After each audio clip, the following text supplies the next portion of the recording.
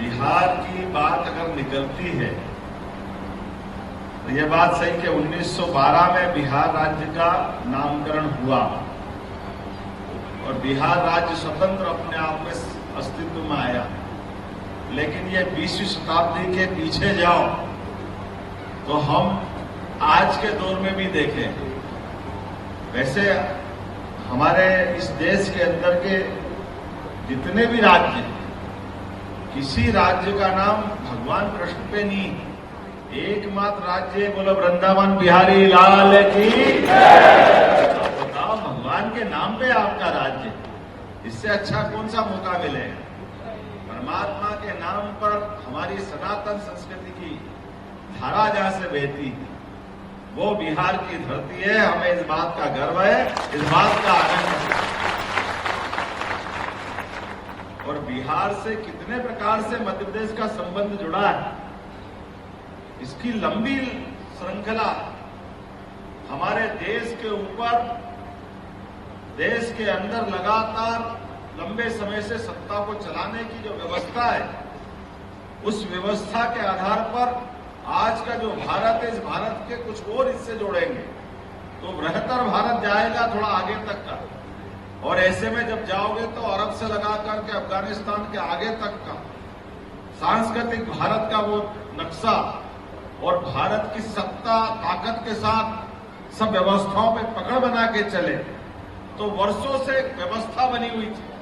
व्यवस्था ऐसी थी कि हमारे लिए सम्राट पाटलिपुत्र पटना में बैठेंगे और भावी सम्राट अपने उज्जैन में बैठेंगे। ये अवंती जनपद का रिकॉर्ड रहा। ये व्यवस्था हमारे 16 जनपदों में से सर्वाधिक महत्व का जनपद पाटलिपुत्र के बाद ये हमारे वर्तमान के उत्तर और मध्य पूरे देश के लिए, ये सारे सत्ता के सूत्र संचालन करने के लिए मध्य प्रदेश में अवंती जनपद के माध्यम से होता है। इसलिए अशोक भी सम्राट बने, उनके पहले वो 10 साल तक गवर्नर थे हमारे उज्जैन में। ये गवर्नर मतलब राज्यपाल के नाते थे, जो राजकुमार, भावी राजकुमार। और ये विदिशा जहां से उनकी पत्नी से उनका विवाह हुआ, फिर उनके संघमित्र और महेंद्रा जो उनके अपने बेटे बेटी जो श्रीलंका में प्रचार करने के लिए गए बौद्ध धर्म का, कई इतिहास, कई प्रकार की व्यवस्थाओं से जुड़ा है। सम्राट विक्रमादित्य ने जब विजय पताका फहराना चालू, मुझे इस बात का भी आनंद है, शिक्षा के मामले में हमारा प्रदेश और बिहार, पहले सांदीपनि आश्रम का रिकॉर्ड सबको मालूम है।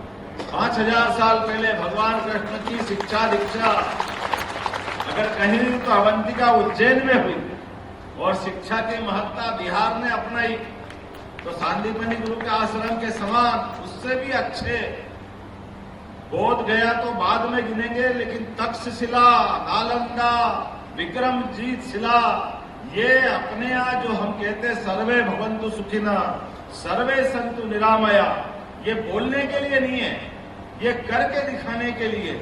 हमारे शासन के सत्ता सूत्र सभी प्रकार की सुव्यवस्था स्थापित करते हुए सभी प्रकार के जीवन में सबको ये उदार भाव ला करके, जैसे भगवान कृष्ण ने 64 कला, 14 विद्या, 18 पुराण, 4 वेद, सब उपनिषद जो ग्रहण किए थे सत्ता के सूत्र के आधार पर, वो सारी व्यवस्थाओं के लिए दुनिया के राजकुमार जहां राजनीतिक शिक्षा ग्रहण करने आते थे, ऐसे वो विश्वविद्यालय रहे, तक्षशिला, नालंदा, विक्रमजीत शिला, कहां से आते थे लोग दुनिया के अंदर।